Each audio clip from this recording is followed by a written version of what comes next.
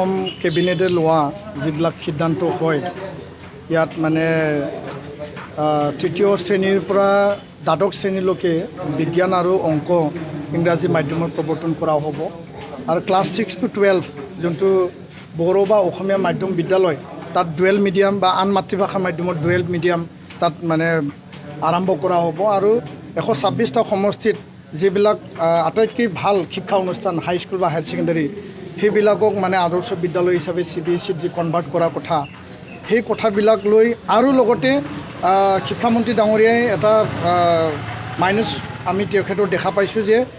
পুনৰ আৰু অসমত মানে শিক্ষা অনুষ্ঠান প্ৰাধিকৰণ কৰা নহয় সেই বিষয়টো লৈ পেলাই আমি অসম সাহিত্য সভা সদৌ অসম ছাত্ৰ সন্থা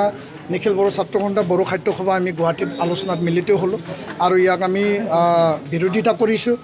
আৰু বড়ো সাহিত্য সভা আৰু ABSUৰ যৌথ ইনিচিয়েটিভত আমি জিলাই নিজাববীয়াকৈ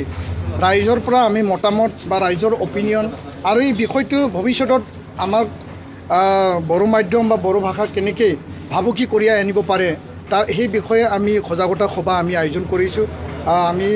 ভেৰগাঁও জিলাত কৰিলোঁ আৰু আজি যোৱাকালি আমি কাজলগাঁৱত কৰিলোঁ আজি কোকৰাঝাৰত কথাটো স্পষ্ট যে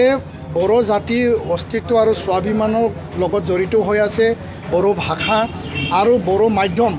আৰু এই মাধ্যমটো ক্লাছ 10লৈকে আছে আমি দাবী জনাইছোঁ যে 11-12লৈকে এইটো উন্নীতকৰণ কৰিব লাগে আৰু যি সময়ত ভাষাক লৈ পেলাই অসমত মানে স্ক্ৰিপ্ট মুভমেণ্ট হ'ল ভাষা আন্দোলন হ'ল মাধ্যম আন্দোলন হ'ল আমাৰ বহুতো